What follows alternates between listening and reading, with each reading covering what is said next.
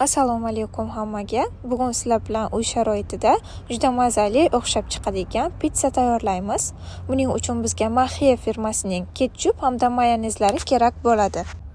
Ketchup va mayonezlarimizni bir tekis qilib yoyib olib, ustidan qirg'ichdan o'tkazilgan sirni sepib chiqamiz. Pitsa xamirining qanday tayyorlanishini albatta keyingi videolarda ko'rsatib o'taman. Men tayyor go'shtdan foydalandim. Undan tashqari sosiska hamda qaynatilgan mol tilidan ham foydalandim.